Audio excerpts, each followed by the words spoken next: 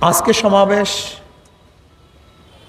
ইসলামী আন্দোলন বাংলাদেশে যদিও আয়োজন করেছে, কিন্তু এই সমাবেশ ইসলামী আন্দোলন বাংলাদেশের নয়। এই সমাবেশ গোটা বাংলাদেশের মানুষের সমাবেশ। আমরা এখানে কেন দাঁড়িয়েছি? বক্তাগণ বক্তব্য দিয়েছেন। আমাদের দেশের ভারত কর্তৃক নিয়োজিত আওয়ামী সরকার, অবৈধ সরকার কয়েকদিন আগে ভারতে গিয়ে 3টা চুক্তি নবায়ন, নতুনভাবে 7টা চুক্তি করেছেন। যদিও কি চুক্তি করেছেন আমাদের দেশের মিডিয়ার থেকে আমরা জানতে পারি নাই। অবৈধ প্রাইম মিনিস্টার আগে আলোচনা করেন নাই, বরং ভারতের মিডিয়ার থেকে আমরা জানতে পেরেছি যে এই চুক্তি হয়েছে। কিন্তু সেই চুক্তির এখনো বিস্তারিত কিছু আমাদের কাছে পেশ করা হয় নাই। চুক্তির মধ্যে কি আছে আপনারা অনেকেই পড়েছেন, আপনারা দেখেছেন যে চুক্তিগুলির মাধ্যমে বাংলাদেশের স্বার্থ সংশ্লিষ্ট কোনো চুক্তি আছে বলে এদেশের বিজ্ঞজন মনে করেন না। এদেশের বিজ্ঞজন মনে করেন সব কিছুই ভারতের জন্যই করা হয়েছে। ইতিমধ্যে টক শোতে ভারতের দালালেরা এর পক্ষে বিভিন্ন ধরনের যুক্তি উপস্থাপন করতেছেন, করাটাই স্বাভাবিক, করবেনও।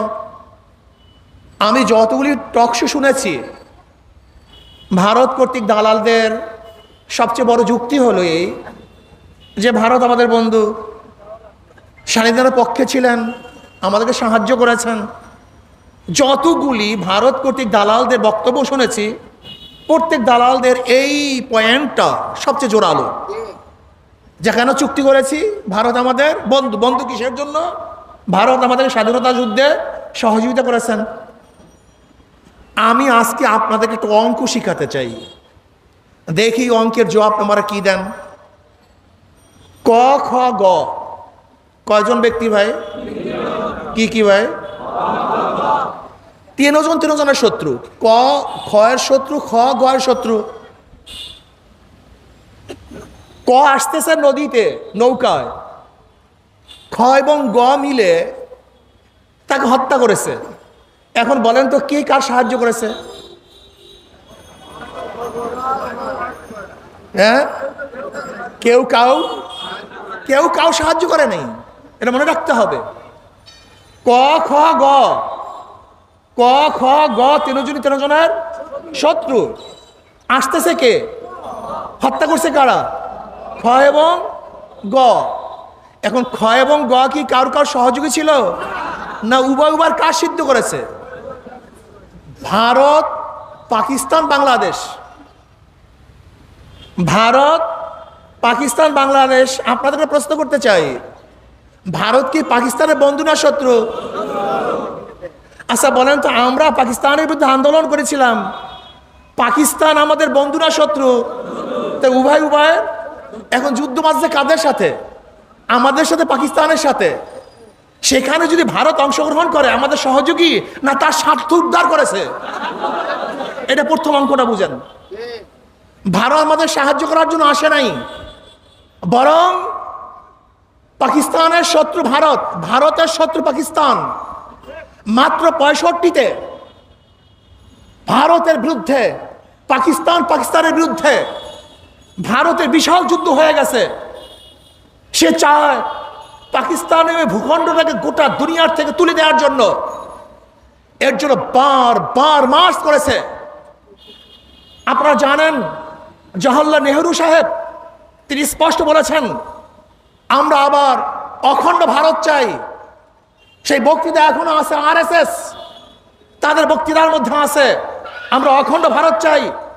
বিজেপির মন্ত্রীরা তাদের পেজ থেকে ঘোষণা দেয় আমরা ভারত, পাকিস্তান, বাংলাদেশকে, নেপাল এবং ভুটানকে এক করে আমরা আবারও অখণ্ড ভারত গড়তে চাই। কাজে যেহেতু পাকিস্তানের শত্রু ভারত, ভারতের শত্রু পাকিস্তান, আর কয়েকদিন আগেই আমরা ভারত থেকে আলাদা হয়েছিলাম। মনে রাখতে হবে যে আমরা স্বাধীন হয়েছে পাকিস্তানের থেকে।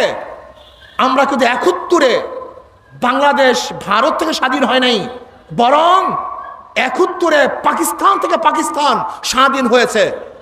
পাকিস্তান থেকে পাকিস্তানের মধ্যে যুদ্ধ ছিল, সেই যুদ্ধটা ছিল পূর্ব পাকিস্তান এবং পশ্চিম পাকিস্তান। যেহেতু পূর্ব পাকিস্তান এবং পশ্চিম পাকিস্তানের মধ্যে যুদ্ধ, পূর্ব পাকিস্তান জিতার কারণে সেই পূর্ব পাকিস্তানের নামই হয় বাংলাদেশ। আগে অঙ্ক বুঝতে হবে। কাজে আমি বিশ্বাস করি ভারত আমাদেরকে সাহায্য করে নাই, বরং দুই শত্রু মিলে আর এক শত্রুকে আমরা প্রতিহত করেছি। এবার আসুন, ভারত কি সাহায্য করেছে?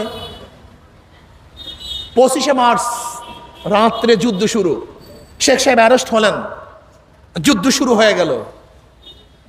March, April, May, June, July, August, September, October, November, December, 16ই ডিসেম্বর স্বাধীনতা ঘোষণা হলো, চুক্তিপত্রে দস্তখত হলো। কিন্তু ভারত তার সৈন্য আমাদের দেশে প্রেরণ করলেন কবে? 3রা ডিসেম্বর। অথচ 8ই ডিসেম্বর আপনারা জানেন যে সমঝোতার জন্য, পাকিস্তান আত্মসমর্পণের জন্য অলরেডি চিঠি লেখা হয়ে গেছে। 14ই ডিসেম্বর চিঠি প্রেরণ করেছে, আর ভারতের সৈন্য আমাদের দেশে ঢুকছে 3রা ডিসেম্বর। তার মানে আমাদেরকে সাহায্য করার জন্য আসে নাই, বরং নাটক করার জন্য এসছে।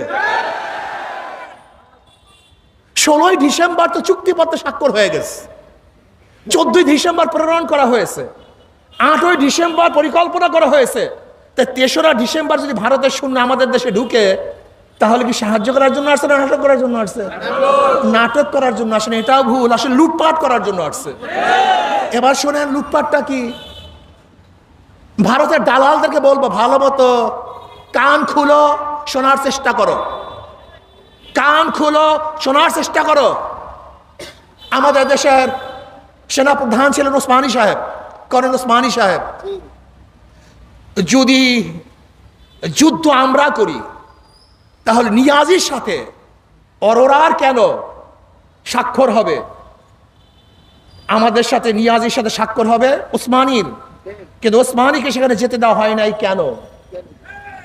এই প্রশ্ন আজও কেউ করে না, আজও কেউ করে না। আমাদের দেশের বাংলাদেশের তৎকালীন সময় সেনাপ্রধান ছিলেন কর্নেল ওসমানী সাহেব। তেনাকে কেন সেই সমঝোতা অনুষ্ঠানে যোগ দিতে দেওয়া হয় নাই? তিনি যেতে পারেন নাই, স্বাক্ষর করতে পারেন নাই। সেখানে ভারতের পক্ষ থেকে আঞ্চলিক সেনাপ্রধান অরোরার সাথে চুক্তি হয়েছিল। আপনাকে জানেন চুক্তির পরে কি হয়েছিল? তৎকালীন সময় ইংল্যান্ডের গার্ডিয়ান পত্রিকায় ছাপা হয়েছিল যে ভারতের সৈন্যরা আমাদের দেশ থেকে এমন লুটপাট শুরু করেছে, এমনকি বাথরুমের ঝর্ণা, বাথরুমের টেপ, যেহেতু ঢাকার মধ্যে বিদেশে অনেক মাল পাওয়া যেত, এর জন্য তারা টেলিভিশন, রেডিও, শাওয়ার, গাড়ি, সমুদ্রের জাহাজ, রাইফেল, ট্যাঙ্ক, মানুষের ঘর বাড়ি, টাকা পয়সা, এমন কিছু নাই যা লুট করে নেই। গার্ডিয়ান পত্রিকা ছাপা হয়েছিল তৎকালীন সময় 220 কোটি ডলার, 220 কোটি ডলার ভারত লুটপাট করেছিল। যদি ভারত আমাদের বন্ধুই হয়, এত লুটপাট কেন করবেন? এত চুরি কেন করবেন? এত ডাকাতি কেন করবেন? আপনারা দেখেছেন সেই পত্রিকাগুলির রিপোর্ট। এমনকি অরোরা সাহেব যখন বাংলাদেশে আসতেন ওই সময়, তখন আমাদের বাংলাদেশের সেনা প্রধান যেই বাংলুরে থাকতেন, সেখানে তাকে থাকার জায়গা দেওয়া হয়েছিল। শুধু কি তাই, ইতিহাস বলে যে ভারতের সৈন্যরা মিষ্টি দোকানে ঢুকত, মিষ্টি খেত, পয়সা দিত না, দুর্ব্যবহার করত। চুরি ডাকাতির একটা মর্গ স্বর্গ এই দেশে তারা কায়েম করেছিল। সেই ভারত আমাদের বন্ধ হয় কিভাবে?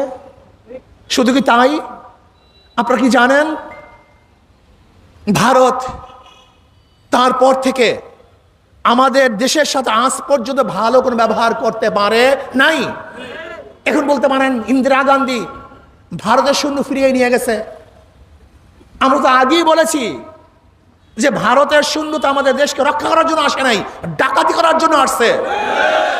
আমরা ইন্দিরা গান্ধীকে বলেছি ডাকাতকে ফিরিয়ে নিয়ে যাও, বাংলাদেশের জনগণ পাকিস্তানের সৈন্যের বিরুদ্ধে যেরকম লড়াই করেছে আর একবার তোমার সৈন্যের বিরুদ্ধে লড়াই করবে। গান্ধী ভয় পেয়ে তার দেশের সৈন্যকে এ দেশ থেকে প্রতিহত করতে বাধ্য হয়েছে। আজকে ভারত আমাদের সাথে কি শত্রুতা করেছেন তা কি জানেন? এদেশের অনেকেরই জানা নেই। আজকে ভারত আমাদের সীমান্তে হাজার হাজার হাজার হাজার মানুষ হত্যা করেছে। শুধু 2001 থেকে 11 পর্যন্ত 1100-এর উপরে মানুষকে হত্যা করেছে। 1100-এর উপরে মানুষকে হত্যা করেছে। ফেলানিকে কাঁটা তারের মধ্যে গুলি দিয়ে বাঁদরের মতো ঝুলিয়ে রেখেছে। ভারত গঙ্গা নদী সহ 53 নদী 54 নদীর পানির বন্টন আজ পর্যন্ত করে নাই, আজ পর্যন্ত করে নাই। আর আমাদের প্রাইম মিনিস্টার কি বলেছেন, যেরকম ইউরোপ কান্ট্রির মধ্যে বর্ডার নাই, আমাদের বর্ডার থাকবে না। তার মানে হলো এই, উনি অচিরেই এই দেশকে ভারতের কাছে তুলে দিবেন সেই ষড়যন্ত্র করতেছেন। আজকে চুক্তির মধ্যে আমরা কি দেখলাম, এমনকি প্রতিরক্ষা মন্ত্রণালয়ের শান্তির ব্যাপারেও ভারতের গভীর আগ্রহ। গোটা মিলিটারি ডিপার্টমেন্ট ভারত পরিচালনা করবেন এই চুক্তির মধ্যে, তাও দেখা গেছে। আজকে 820 কিলোমিটার রাস্তা করিডোর আমরা ট্রেন পথে ভারতকে দিয়ে দিয়েছি, বহুত করিডোর দিয়েছে। অথচ নেপালে যাওয়ার জন্য আমাদের মাত্র 22 কিলোমিটার ট্রানজিট রাস্তা ভারত আমাদেরকে দেয়নি। ভুটানে যাওয়ার জন্য মাত্র 35 কিলোমিটার রাস্তা ভারত আজ পর্যন্ত আমাদেরকে দেয় নাই। আজকে চুক্তির মধ্যে বলছে নেপাল ভুটান হয়ে আমরা ভারতের সাথে রেল সংযুক্ত করব, অথচ ভুটানে তো কোনো রেল লাইনই নেই। নেপালে সামান্য কিছু রেল লাইন আছে, সেটা পাহাড়ি অঞ্চল, সে রেলই চলে না। তার মানে হলো এই, ও জানে যে নেপালের সাথে কোনো দিন রেল লাইন হবে না। রেল লাইন হবে ভারত টু ভারত, আর করিডোর হবে বাংলাদেশ। সেই চুক্তির মধ্যে স্পষ্ট নাই সে রেলের মধ্যে কি বহন করবে, অস্ত্র বহন করবে না টাকা বহন করবে না সৈন্য প্রেরণ করবে, স্পষ্ট নাই। আমরা বুঝতে পারি নিশ্চিত ভারত সে ট্রেন লাইনের মাধ্যমে এদেশে সৈন্য প্রেরণ করবে এবং তার অস্ত্র প্রেরণ করবে। এটা অবস্থাটা কি হবে জানেন? খাল কেটে কুমার আনার মতো অবস্থা। 7 সিস্টার দিয়ে চীনের সাথে ভারতের বিরোধ। যখনই আমরা ভারতকে করিডোর দিয়েছি, আলটিমেট চীন আমাদের বিরোধী হয়ে যাবে। তার মানে হলো এক পরাশক্তির শত্রুতা আমরা নিজে চুক্তির মাধ্যমে গ্রহণ করেছি। আজকে ভারতের অবস্থা কি জানেন? ওরা শুধু নেয়, আমাদের কিছুই দেয় না। তো চামচারা বলবে ছিটমহলের সমাধান হয়েছে, ওই জায়গায় করিডোরের সমাধান হয়েছে। আরে ভাই, ছিটমহল তো আমাদের ছিল, ভারত অবৈধভাবে দখল করেছে, আমরা সেইটা নিয়ে এসেছি। বলতে পারেন পানি চুক্তি, সাগর চুক্তি সমাধান হয়েছে? না, ভারতের সাথে সাগরের চুক্তি যৌথ পরামর্শের ভিত্তিতে, আলোচনার ভিত্তিতে সমাধান হয় নাই, বরং আমরা আন্তর্জাতিক কোর্টে কেস করেছি, কেসে আমরা জিতছি। এটা ভারতের সাথে সমাধান হয় নাই। আপনারা বুঝছেন যে ভারত আমাদেরকে সাগরের সীমানা নির্ধারণ করেছে? না, ভারত করে নাই, বরং আমরা আন্তর্জাতিক কোর্টে বিজয় অর্জন করেছি। আজকে ভারতের অবস্থাটা কি আর শেখ হাসিনার অবস্থাটা কি? ভারত আমাদের দেশের নির্বাচন ব্যবস্থাকে জমাই দিয়েছে, ধ্বংস করে ফেলছে। এদেশের এমন কোনো জায়গা নেই যে জায়গায় ভারতের হস্তক্ষেপ নেই। অথচ আমাদের প্রাইম মিনিস্টারকে কি বক্তব্য দিতে শুনলাম, যে আমি ভারতের সাথে ভিসা ব্যবস্থাকে সহজ করে দিয়েছি। আচ্ছা, ভারত কি আমাদের দেশ না আর একটা দেশ? তা আমাদের দেশের প্রাইম মিনিস্টার অন্য রাষ্ট্রের ভিসাকে সহজ করে কিভাবে? কথাটা বুঝাতে পারিনি। উনি কি বলেছেন? ভারত ভিসাকে সহজ করছে এই কথা বলেন নাই। কি বলেছেন? আমি ভারতের ভিসা সহজ করে দিয়েছি। তার মানে উনি এদেশের প্রাইম মিনিস্টার নয়, উনি হলো ভারত কর্তৃক ভারতের একজন মুখ্যমন্ত্রী। মুখ্যমন্ত্রী আমি বলি নাই, গোটা ভারতের লোক তাকে মুখ্যমন্ত্রী বলে, এমনকি মুখ্যমন্ত্রী বলেই তাকে সম্বোধন করেছে। কিন্তু আমরা লজ্জা পাই, লজ্জিত। ভারতের একজন মুখ্যমন্ত্রীও যদি দিল্লিতে যায়, তার যে শ্রদ্ধা এবং সম্মান, আমাদের দেশের মুখ্যমন্ত্রী ভারত কর্তৃক মুখ্যমন্ত্রী ভারতে গেলে সেই সম্মান শ্রদ্ধাটুকু পায় না। যদি আমাদের দেশে প্রাইম মিনিস্টার ভারত যেতেন, তাহলে কমপক্ষে সেই দেশের প্রাইম মিনিস্টার তাকে অভ্যর্থনা জানাবার জন্য, রিসিভ করার জন্য আসতেন।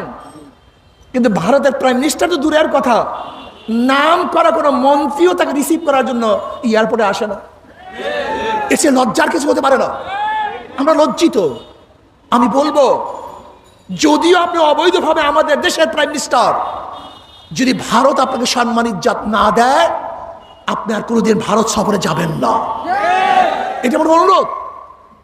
এরপর আসুন, আজকে ট্রানজিট নিয়ে কথা হচ্ছে। আসলে ট্রানজিট নয়, করিডোর।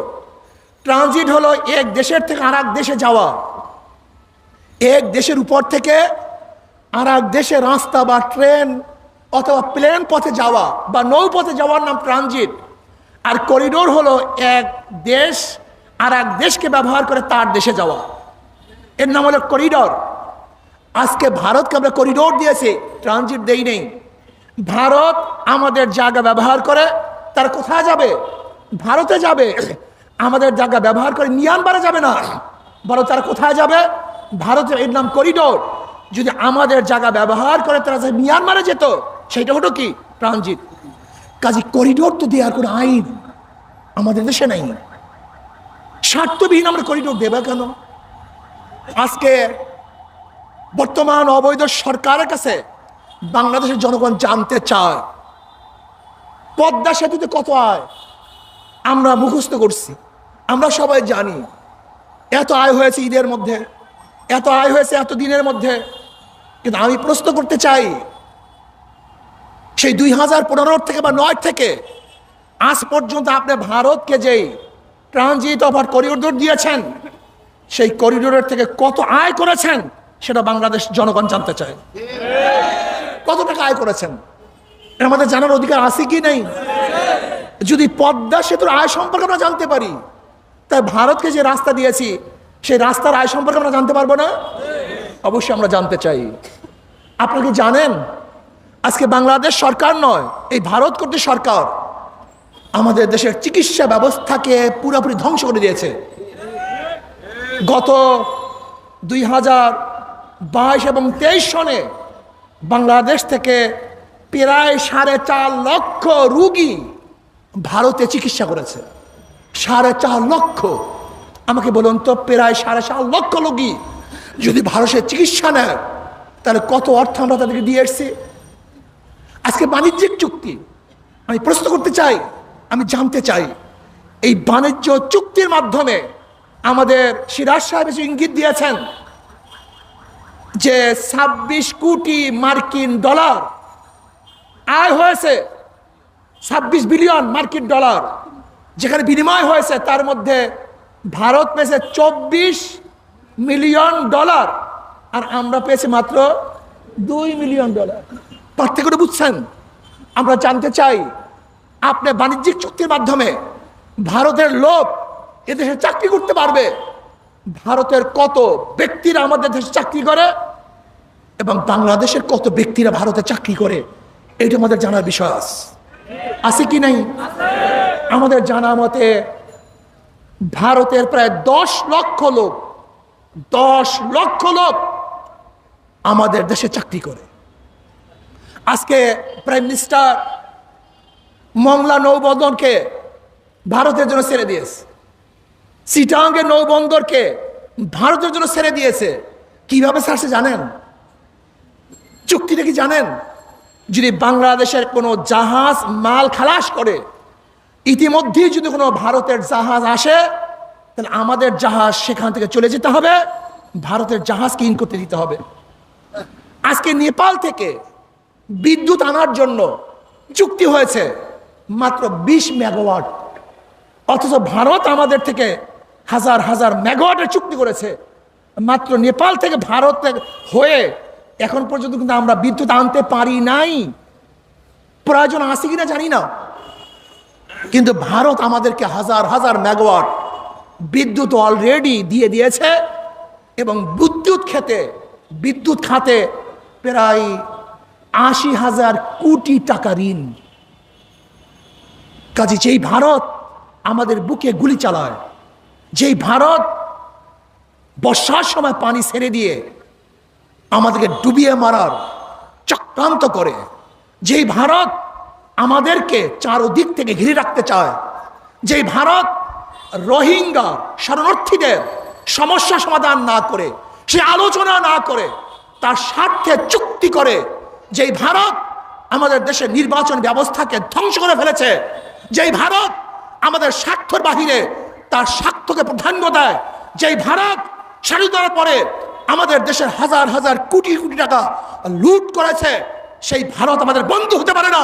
সেই ভারতের সাথে যে অবৈধ চুক্তি করেছে সে আমাদের বন্ধু হতে পারে না। বাংলাদেশের জনগণ এই চুক্তি মানতে পারে না, মানবে না ইনশাআল্লাহ। এই চুক্তি এই দেশকে সেই সিকিমের মতো বিক্রি করার চুক্তি। আপনাকে জানেন, সিকিম একসময় ভারতের বাহিরের এক কান্ট্রি ছিল, স্বাধীন একটা রাষ্ট্র ছিল, কিন্তু লেনদুপ দর্জির সাথে হাতাহাত করে ভারত সেই দেশকে গ্রাস করে ফেলেছে। লেনদুপ দর্জি নিজেই বলতেন, যখন আমি স্বাধীন রাষ্ট্রের প্রধান ছিলাম তখন আমাকে ভারতের প্রাইম মিনিস্টার অভ্যর্থনা জানাবার জন্য লাল গালিচা এয়ারপোর্টে বিছিয়ে দিতেন, অথচ আমি যখন দেশকে তাদের হাতে তুলে দিয়েছিলাম, এরপরে ভারতের একজন ঊর্ধ্বতন কর্মকর্তার সাথেও মাসকে মাস বসেও আর কথা বলার সুযোগ পাইনি। এর নাম ভারত। ভারত নিজের স্বার্থ বুঝে, অন্যের স্বার্থ বুঝে না। আমরা পাশের কান্ট্রির সাথে ভালো ব্যবহার করতে চাই, সুসম্পর্ক রাখতে চাই, লেকিন আমি আমাদের অবৈধ সরকারকে বলবো, যখনই কথা আসে তখন আপনি ইউরোপের তুলনা দেন, কিন্তু আমি বলবো ভারতের সাথে তো ইউরোপের কোনো সীমানা নাই। ভারতের সাথে সীমানা আছে পাকিস্তানের, ভারতের সাথে সীমানা আছে চীনের, ভারতের সাথে সীমানা আছে আফগানের। আপনি তাদের তুলনা দেন, সেই চীনের সাথে ভারতের সম্পর্কটা কি, ভারতের সাথে পাকিস্তানের সম্পর্কটা কি? আপনি আমাদের দেশের সীমানা তুলে দেওয়ার, বর্ডার তুলে দেওয়ার বক্তব্য দেন। আপনি এই কথা কেন বলেন না যে ভারতের সাথে চীনেরও কোনো সীমানা থাকবে না, ভারতের সাথে পাকিস্তানের কোনো সীমানা থাকবে না? এই বক্তব্য আপনি দেন। যদি এই বক্তব্য আপনি দেন, পরের দিন আপনার গদিও থাকবে না। যেহেতু আমাদের দেশের মানুষগুলি লোভী, আমাদের দেশের মানুষগুলি জ্ঞান পাপী, আমাদের দেশের মানুষগুলি জাহেল, আমাদের দেশের মানুষগুলির হুঁশ কম যা অধিকাংশ, এর জন্য আপনি যা বলেন তাই তারা শুনে। কিন্তু অন্য দেশের মানুষগুলি এত জাহেল নয়, এত অদূরদর্শী নয়, এত লোভী নয়।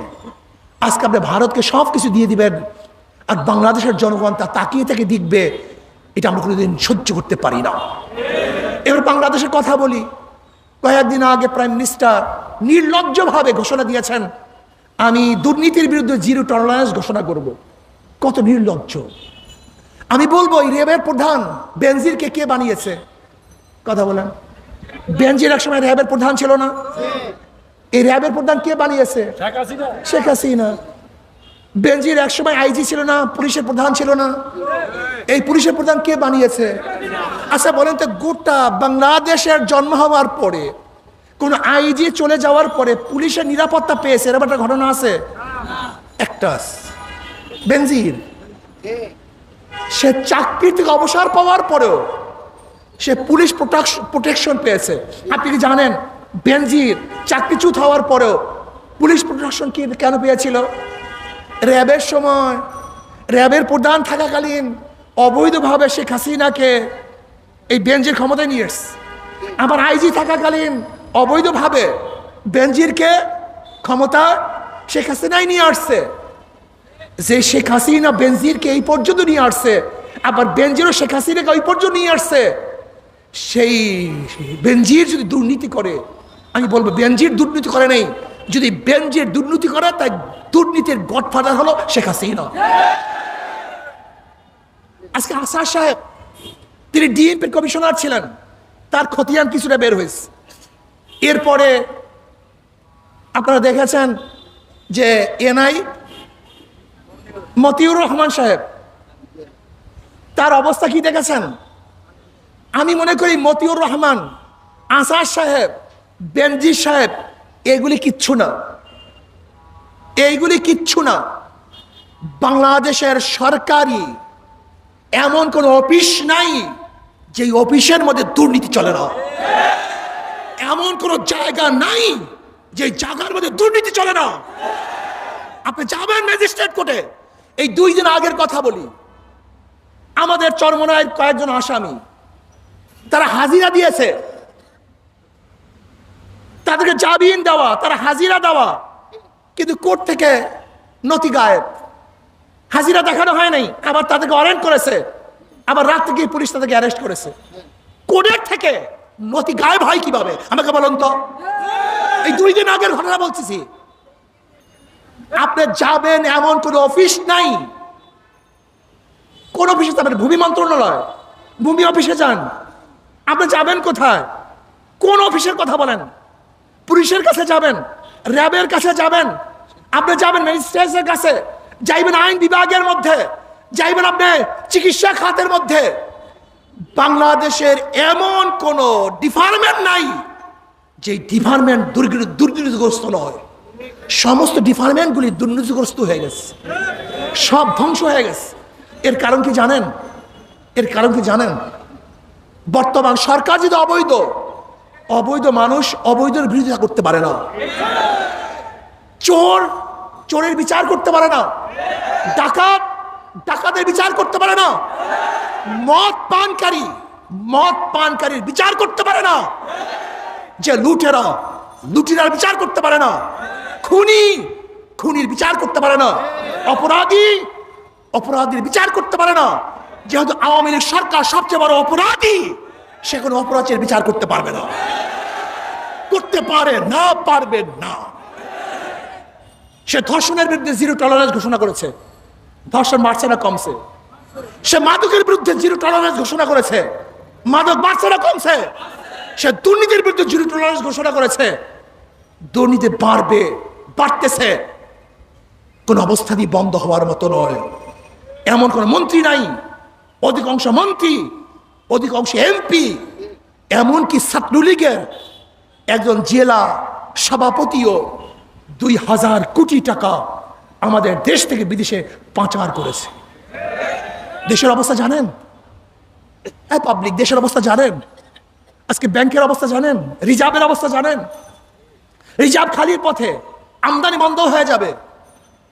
অথচ 7 লক্ষ কোটি টাকা আমাদের বাজেট। কোথায় পাবেন টাকা আপনি? হ্যাঁ পাবেন, অবশ্যই পাবেন। পাবেন না তা অবশ্যই পাবেন। এখানে যারা আছেন না বলির পাঠা, এই জনগণ, এই যে বলির পাঠা আপনারা আছেন না, ট্যাক্স দাও, ভ্যাট দাও, খাজনা দাও। তুমি ব্যবসা করবে 1 টাকা, ট্যাক্স দেবা 10 টাকা। তোমার যা থাকবে অথবা নাই থাকবে আমাকে দিয়ে দাও। বিদ্যুৎ বিলের অবস্থা কি? গ্যাস বিলের অবস্থাটা কি? তরকারির অবস্থা কি? ডালের অবস্থাটা কি? ভাতের অবস্থাটা কি? অথচ আমাদের সংবিধান বলেছে শিক্ষা, চিকিৎসা, অন্ন, বস্ত্র, বাসস্থানের গ্যারান্টি দিতে হবে। এটা সংবিধান বলেছে। এই 5টা মৌলিক অধিকার বাস্তবায়ন করতে হবে। এটা কে বলছে? আমাদের সংবিধান। যদি আমাদের সংবিধান বলে মৌলিক অধিকার শিক্ষা, সেখানে আপনি চিকিৎসার জন্য বিদেশে পাঠাবেন, তাহলে আপনি সংবিধান লঙ্ঘন করেছেন, সংবিধান লঙ্ঘন করেছেন। আজকে দেশটা চুরি আর চুরি, ডাকাতি আর ডাকাতি, সব ধ্বংস হয়ে যাচ্ছে। কাজে আসুন, চোর মুক্ত দেশ করব, ডাকাত মুক্ত দেশ করব, সন্ত্রাস মুক্ত দেশ করব। এবং ভারতের দখলদের বিরুদ্ধে এই দেশকে কঠিনভাবে রক্ষা করার জন্য ঐক্যের বিকল্প নেই। কে আওয়ামী লীগ, কে বিএনপি, কে জাতীয় পার্টি, কে জাসদ, কে বাসদ ইসলামী আন্দোলন করেন, কে অপছন্দ করেন আমার জানার বিষয় নয়। দেশ নিয়ে খেলা শুরু হয়েছে। এখানে যে পাবলিকরা আছেন, কানাডায় কারোর বেগম পাড়া নেই, আমেরিকায় কারোর বাড়ি নেই। এখানে আপনাকে থাকতে হবে, এখানেই বসবাস করতে হবে। কিন্তু ডাকাতরা কানাডায় বাড়ি করেছে, আমেরিকায় বাড়ি করেছে, লন্ডন বাড়ি করেছে, ওরা ডাকাতি করেছে, চুরি করেছে। ওদের জিভে টেনে সিল ফেলতে হবে। আমাদের দেশের সম্পদ আমাদের দেশে ফিরিয়ে আনতে হবে। এই জবাব শেখ হাসিনাকে দিতে হবে। এত টাকা চুরি করলো কিভাবে? কাজে দেশকে রক্ষা করার জন্য সব ঐক্যবদ্ধভাবে আন্দোলন করব।